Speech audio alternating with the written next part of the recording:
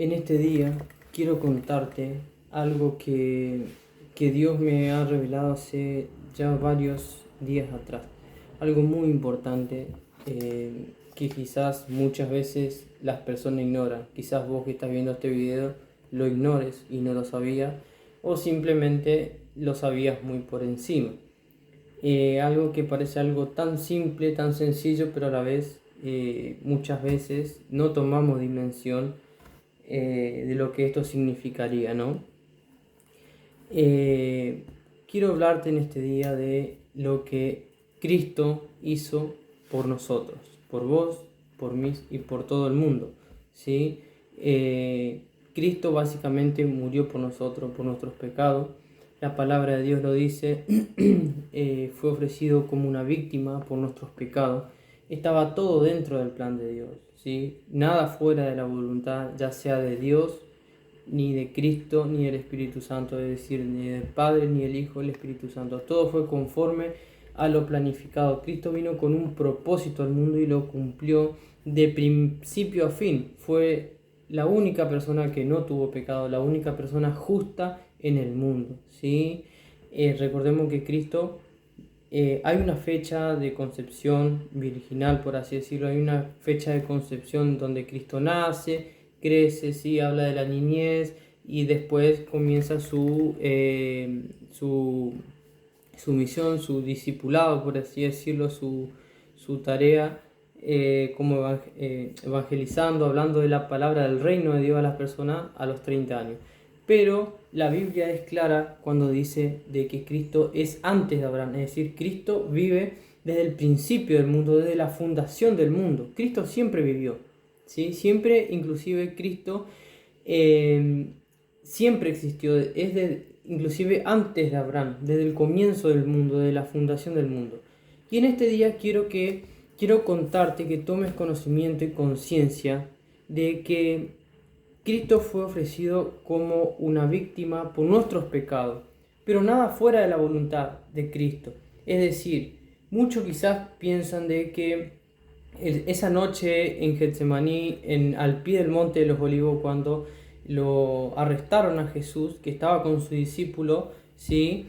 Esa misma noche en la cual también Él los reprende porque los discípulos de él se quedaban dormidos, estaban cansados, ¿sí? Esa misma noche en la cual Él oró al Padre, ¿sí? Clamando, porque bien la Biblia lo dice que comenzó a sentir angustia, ¿sí? Un espíritu de muerte. Él comenzó a presentir eso, ¿sí? Sintió temor y empezó a clamar al Padre en oración. ¿Qué es lo que le dice? Muchos sabremos porque leemos la Biblia. ¿Y qué es lo que le dice? Él pide al Padre que si es su voluntad, que pase de él esa copa, es decir, que pase ese proceso, que no pase por ese proceso, pero que sea su voluntad y no la de él, ¿sí? ¿Por qué? Porque quería cumplir con el propósito de Dios. ¿Qué hubiese pasado? ¿Qué hubiese pasado si Cristo se oponía al plan de Dios? Que no iba a pasar porque era el mismísimo Dios, ¿sí? ¿Qué hubiese pasado? Ni vos, ni yo, ni nadie en el mundo sería salvo, ¿sí? Dice la palabra de que por medio de Cristo tenemos el perdón de nuestros pecados, tenemos el perdón de nuestras faltas. ¿Qué quiere decir con eso? Nosotros somos pecadores, no existe nadie que camine en rectitud plenamente. No hay tan solo un justo sobre la tierra, lo dice la palabra de Dios, no lo digo yo. Entonces, ¿qué quiere decir? Que cuando pecamos tenemos la oportunidad de arrodillarnos y orar al Padre, orar a Cristo para que interceda ante el Padre para el perdón de nuestros pecados.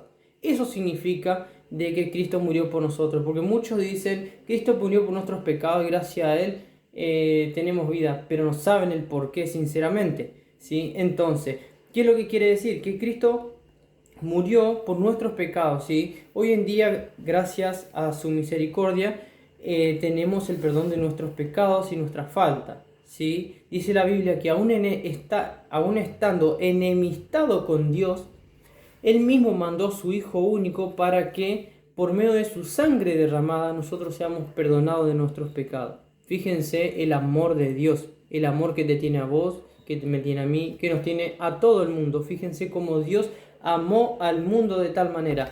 Pero no me quiero explayar tanto para no aburrirlo. Hoy quiero contarte algo muy sencillo.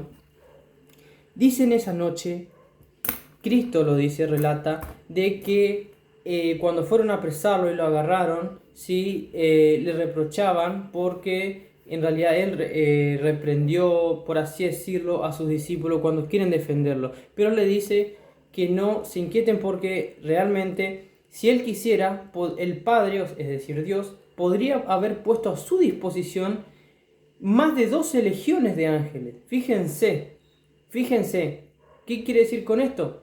Que Cristo simplemente se entregó y dejó que el propósito de Dios se lleve a cabo, que lo arresten y que hagan lo que debían hacer. Fíjense el amor de Jesús. Fíjense el amor de Jesús. Dios sabe todo, inclusive lo que va a pasar en el minuto posterior a la finalización de este video, inclusive lo que va a pasar mañana antes de que pase, que aún nosotros no lo sabemos, pero Dios lo sabe. Fíjense, los discípulos querían defenderlo, querían impedir el arresto de Jesús, pero Jesús le dice que no, porque Jesús sabía de que debía cumplirse el propósito de Dios. Además, Jesús le dice, ¿creen que mi Padre no pondría? Les voy a leer el versículo para que sea más claro. Mateo capítulo 26, versículo 53. Y dice así, ¿o piensan que no puedo recurrir a mi Padre? Él pondría inmediatamente a mi disposición más de 12 legiones de ángeles. Fíjense y tomen magnitud. Más de 12 legiones de ángeles. Si tomamos en cuenta, en el libro de Reyes tenemos un parámetro, en Segunda de Reyes tenemos un parámetro de lo que un ángel puede hacer. Y en el libro de Segunda de Reyes dice de que un solo ángel en una noche,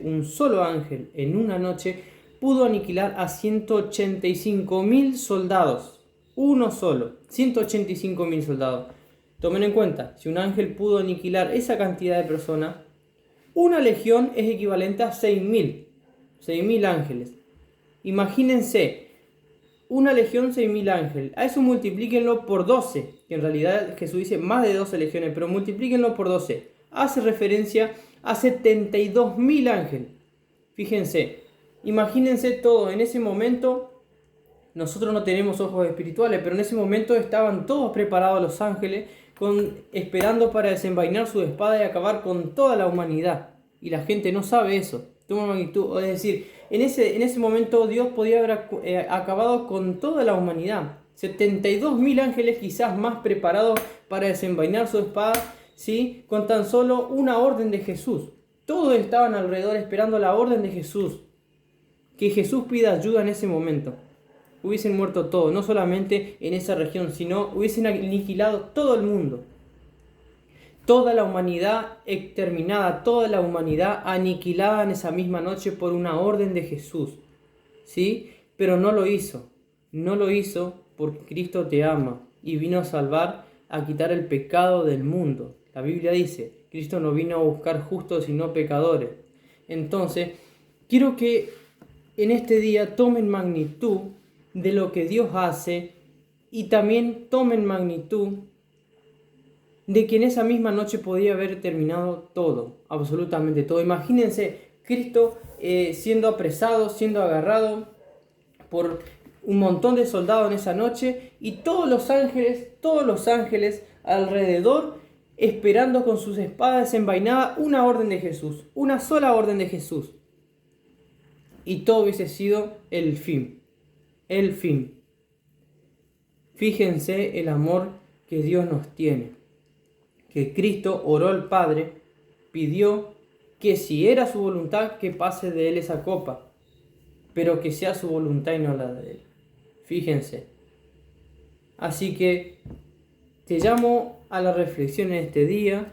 Es un tema muy lindo para saberlo porque nos expresa de alguna manera el amor que Jesús tuvo por nosotros, nos expresa de alguna manera el amor que Dios tuvo al mundo, que mandó su Hijo único, porque yo no creo que vos manda a tu Hijo a morir, primeramente a sufrir, como lo hizo Cristo, porque si vos decís que Cristo murió, es una cosa, pero previo a su muerte, Cristo sufrió mucho, sufrió tortura, latigazos, lo han escupido, y quizás haya cosas que en la Biblia que no menciona que le han hecho también a otro tipo de tortura. todo eso previo a su muerte, todo lo que sufrió Cristo por nosotros. Yo no creo que ustedes manden a su hijo a morir por otra persona. No lo creo. Porque somos humanos, no somos Dios, somos humanos y muchas veces actuamos humanamente y no espiritualmente, ¿sí? No creo que ninguno de nosotros, y me incluyo, mandemos a nuestro hijo para que muera por otra persona o por alguna causa en particular, por un bien común, por así decirlo. Bueno, Dios lo hizo. Cristo se sacrificó por vos. Dice el libro de Romanos 3, 26, que fue puesto como instrumento por Dios. Fue puesto como instrumento por Dios. ¿Para qué? Para que vos, yo y todo el mundo seamos perdonados de nuestros pecados, ¿sí? Que comencemos una nueva vida en Cristo, ¿sí? Apartándonos de toda la antigua vida que llevábamos, de esa antigua vida que llevamos en el mundo actuando carnalmente, ¿sí? Bueno, ahora Cristo te dice, yo ya pagué el precio por tus pecados, yo pagué el precio por tus faltas, yo ya sufrí por tus mentiras, por tus pecados, ¿sí? Por tus miradas inadecuadas, por tus malos deseos. Te invito a que lleves una vida en santidad.